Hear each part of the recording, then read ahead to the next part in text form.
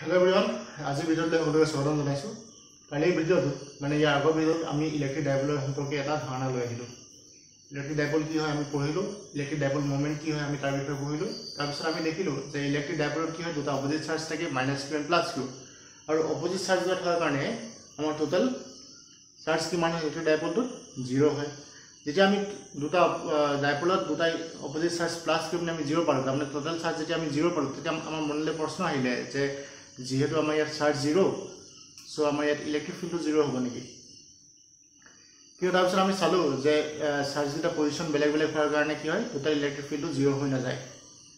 electric ফিল্ডটো 0 নহয় বুলি গম পোৱাৰ পাছত আমি কি চালো নেক্সট ইলেক্ট্ৰিক ফিল্ড কিমান হ'ব হেতু আমি চালো কাৰ কাৰণে চাইছিলো আমি আগৰ ভিডিওত ডাইপোল গিটা যেটা লাইনত জয়েন হৈ আছে সেই লাইনডালতে অলপ দূৰত আমাৰ ইলেক্ট্ৰিক ফিল্ড কিমান হয় হেতু চালো হেতু চাইলা পাছত যেতিয়া আমি চাম আজি electric field at an equatorial point of a dipole ami dipole dalor equatorial point eta amar electric field kiman hoy hetu ami sam thik ase so dipole boli koidala gale ami janibo libo first ki hobo duta opposite charge thakibo eta hobo amar -q eta hol +q so etu ami bujha bata ami ya diagram to akino thik ase to eta ki hobo amar -q charge hobo etu amar suppose -q charge to eta hobo amar kiman +q charge to amar +q charge -q charge to ase ami nolo a point to aru +q charge to ase amar b point to ঠিক আছে আৰু এটা বজা distance to আমি যেহেতু গম পালো যে ডাইপোলত দুটা চাৰ্জৰ মাজৰ ডিসটেন্স আমাৰ টুৱাইস এ বুলি ধৰে গতিকে ইয়াতো আমি ঠিক একে ধৰণে আমি কি ধৰিম ডিসটেন্স আমি টুৱাইস এ বুলি ধৰিম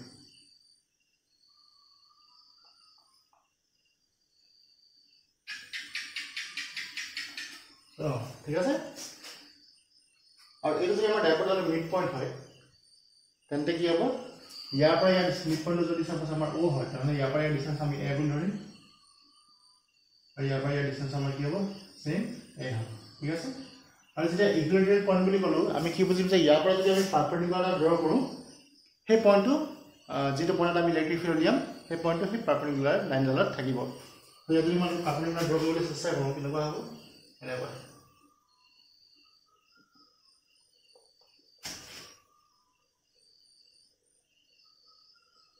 ঠিক আছে এটা আমি যেটো পয়েন্টৰ ইলেক্ট্ৰিক ফিল্ড উলিয়াম সেই পয়েন্ট লৈছো ইয়াতে আছে পয়েন্টৰ নামটো আমি ধৰিলো P ঠিক আছে না পয়েন্টটো কি আমাৰ P হ'ল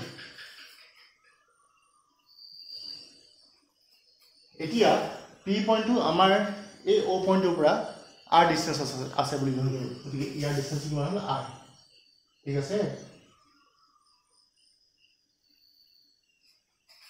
ইয়াৰ আমি জয়েন কৰিম এতিয়া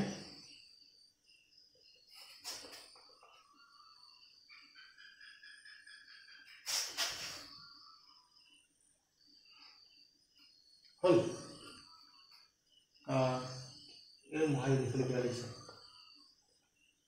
যিকি নাও এই লাইনডাল আৰু এই লাইনডাল মিৰ এই ট্ৰায়াঙ্গেলটোৰ এই সাইডটো আৰু এই সাইডটো কি হ'ব আমাৰ ইকুৱেল হ'ব কাৰণ কেলে আমাৰ পি পইণ্টত ইকুৱেল পইণ্ট হয় সো আমাৰ এই সাইডটো সমান হ'ব তাৰমানে এটা আমাৰ কি ট্ৰায়াঙ্গেল পালো এটো আমাৰ আইসোস্কেল ট্ৰায়াঙ্গেল তাৰমানে অসমীয়াত ক'বলৈ হ'লে কি সমদ্বিবাহু ত্ৰিভুজ আৰু সমদ্বিবাহু ত্ৰিভুজৰ কি হয় দুডাল বাহু সমান হোৱাৰ লগতে কি হয় দুটা কোণো সমান হয় সো এটা যদি মই থিটা এংগল বুলি কওঁ এটো কিমান হ'ব থিটা এংগলে হ'ব ঠিক আছে এতিয়া আমি চাও আমাৰ ইলেক্ট্ৰিক ফিল্ডটো দিয়া হ'লে ফাৰ্স্ট আমি -q চাৰ্জটো কাৰণে p পইণ্টত কিমান ইলেক্ট্ৰিক ফিল্ড হয় হেতু আমি উলিয়াম ঠিক আছে নে -q চাৰ্জটো মানে কিমান হ'ব e - q মই ফাৰ্স্ট অকল ম্যাগনিটিউডটো উলিয়াম ঠিক আছে তাৰপৰা আমি ডাইৰেকচনটো কি হয় চাম কি হ'ব এটো 1/4 pi epsilon naught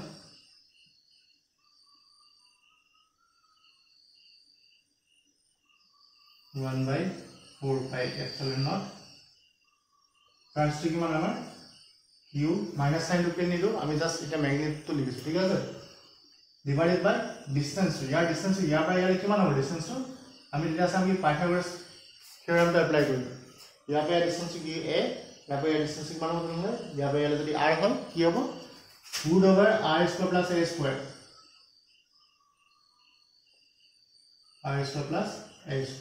মানে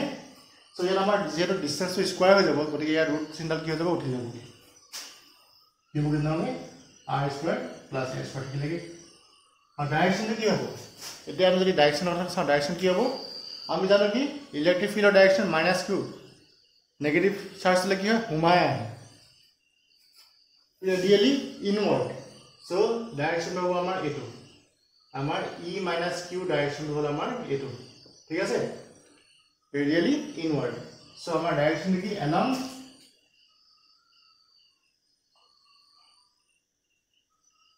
PA ঠিক আছে নে এতিয়া আমি +q চাৰ্জৰ কাৰণে আমাৰ p পইণ্টৰ ইলেক্ট্ৰিক ফিল্ড কিমান হয় হেতু লিয়াম +q চাৰ্জৰ কাৰণে এটো যে ডাইৰেকশন লিখিলো আমি ভেক্টৰ ফৰ্ম লিখো e +q মানে কি হ'বগে সেম 0 দুটা সাইড আমাৰ ইকুয়াল হয় সো ডিসটেন্স কি হ'ব আমাৰ সেম হ'ব r স্কয়াৰ + s কিন্তু ডাইৰেকশন কি হ'ব ডাইৰেকশন কি পজিটিভ চাৰ্জৰ কাৰণে আমাৰ যে ইলেক্ট্ৰিক ফিল্ড লাইনস তো যদি আমি আকৌ ট্ৰাই কৰো কি হ'ব ইয়াৰ ডাইৰেকশন কি হয় ৰেডিয়ালি আউটওয়াৰ্ড সো ইয়াৰ ডাইৰেকশন কি হ'ব আমাৰ এই পিনে হ'ব ঠিক আছে নি এটি হ'ল আমাৰ e + q হল along কি along হল আমাৰ dp ঠিক আছে নে সো আমি এইটা ইলেক্ট্ৰিক ফিল্ড পালো -q কাৰণে আমি পালো e - q electric field +q কাৰণে পালো e + q ইলেক্ট্রিক ফিল্ড পালো এতিয়া আমি এই ইলেক্ট্রিক ফিল্ড কিটা যদি এড কৰি দিও আমি এটো ধুনিয়াকৈ ওলাই আছে আমি আগতো এনেকুৱা ভেক্টৰ এডিশন কৰি আইছো ইয়াৰ আমাৰ কি হ'ব electric field total electric field কোন ডাইৰেকশন হ'ব এইটো ডাইৰেকশন হ'ব প্যাৰালেলগ্ৰাম ল অফ এডিশন মতে সো আমি ইয়াৰ টেইলাৰ এনে গৈছে ইয়াৰ টেইলাৰৰ পৰা এনে গলাই গৈছে সো এটা আমি কি এপ্লাই কৰিম প্যাৰালেলগ্ৰাম ল অফ এডিশন এপ্লাই কৰিম সো ইয়াৰ ডাইৰেকশন কোন ফালে হ'ব টোটাল ইলেক্ট্ৰিক ফিল্ডৰ ডাইৰেকশনটো আমাৰ এই জয়েনিং দা লাইন যেটা লাইনে জয়েন কৰিছে তাৰ প্যাৰালেল ইপিনি ইপিনে আহিব ই এটা আমাৰ টোটাল ইলেক্ট্ৰিক ফিল্ড ঠিক আছে আইবে আমি ডাইৰেকশন নাম দিলো x বুলি ঠিক আছে সো এটা আমাৰ টোটাল ইলেক্ট্ৰিক ফিল্ড কি হ'ব আমাৰ টোটাল ইলেক্ট্ৰিক ফিল্ড আমাৰ হ'ব e ঠিক আছে নে আৰ ইয়াৰ ম্যাগনিটিউড কি হ'ব আমি এটো আগতে কৰিছো ম্যাগনিটিউড কি হ'ব e - q whole square plus e + q whole square plus twice e - q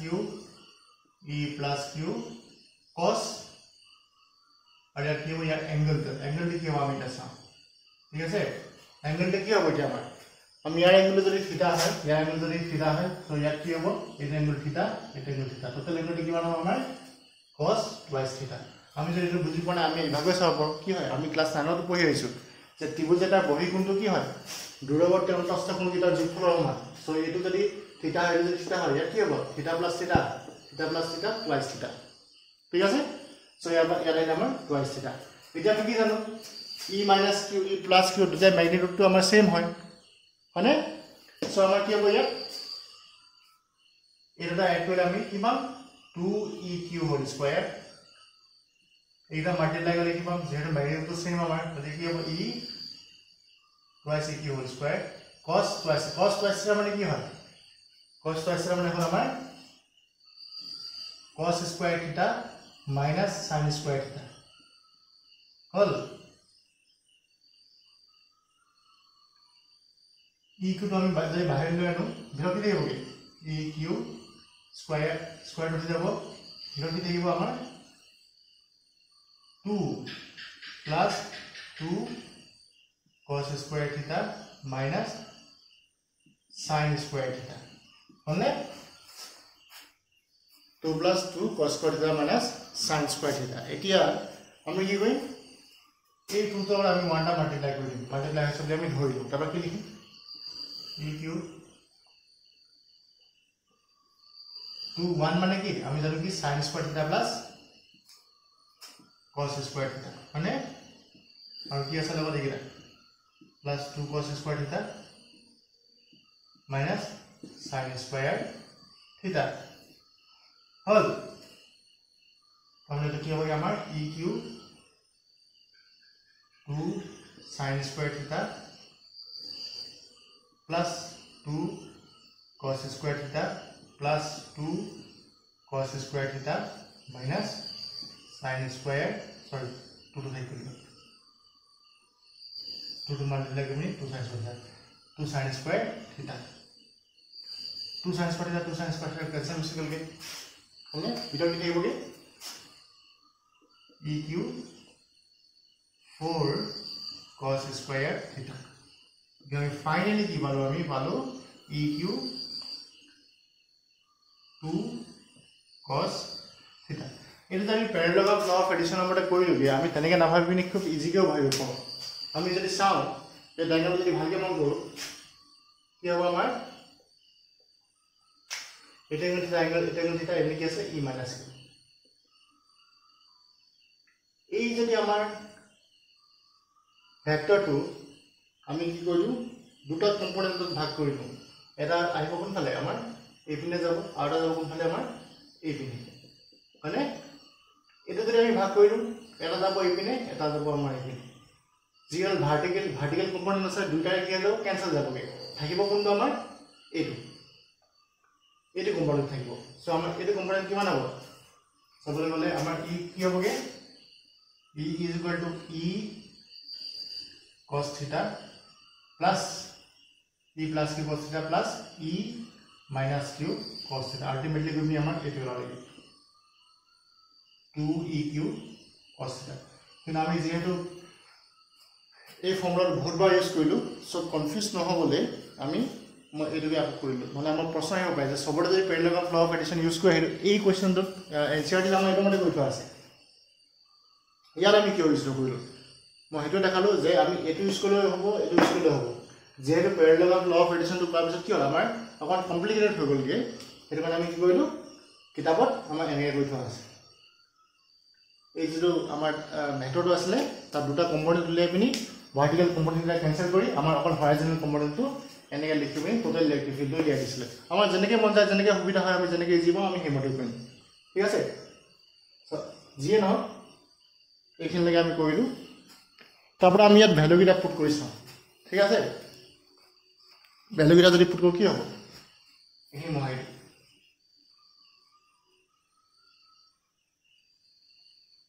total electric field কিমান বলা আমি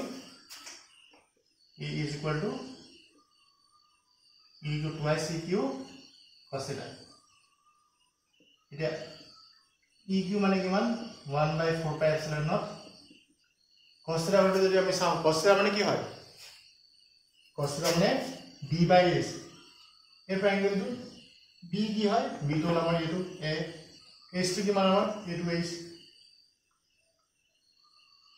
Oh sorry, eq value लिखा है eq value किमान q by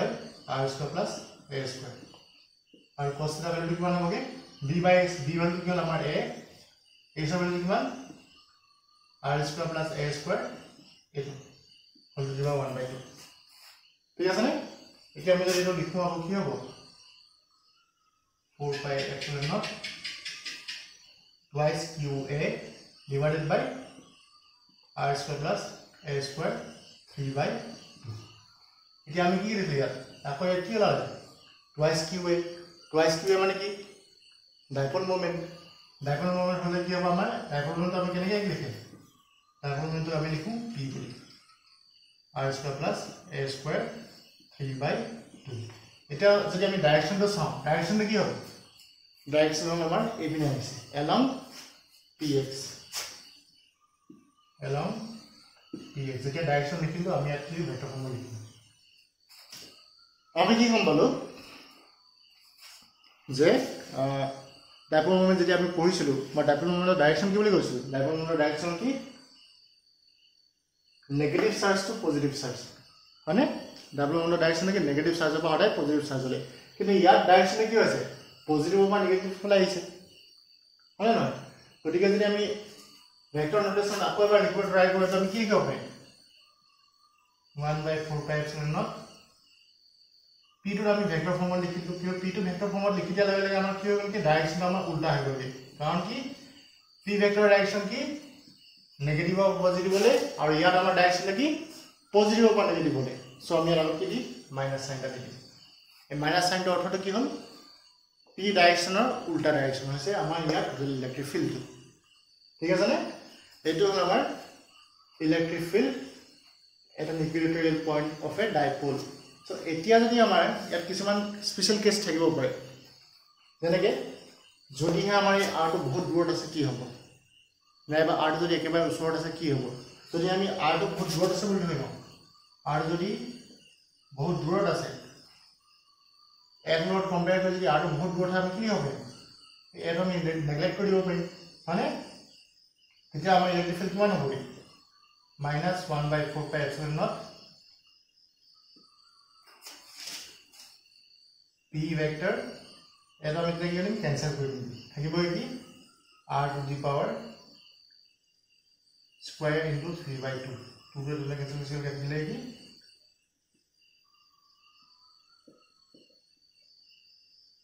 p vector plus r cube ঠিক আছে তাতে কি হল আমি যদি r টো খুব ওচৰত আছে বুলি লওঁ তাহলে কি হ'ব ইয়াত a কিউব হ'ব কি যদি r টো আমাৰ সাপোজ r টো যদি আমি খুব ওচৰত আছে বুলি ধৰি লওঁ তাহলে কি হ'ব আমাৰ টোটাল ইলেক্ট্ৰিক ফিল্ড কি হ'ব আমাৰ -1/4 pi epsilon naught এটা নিচিনা সেম যেটা আমি কি নেগলেক্ট কৰিম r টো নেগলেক্ট কৰিম তো p divided by a cube এইকেইটা হল আমাৰ ইয়াৰ ওপৰত ডিসকাস কৰিবলগীয়া কথাখিনি ঠিক আছে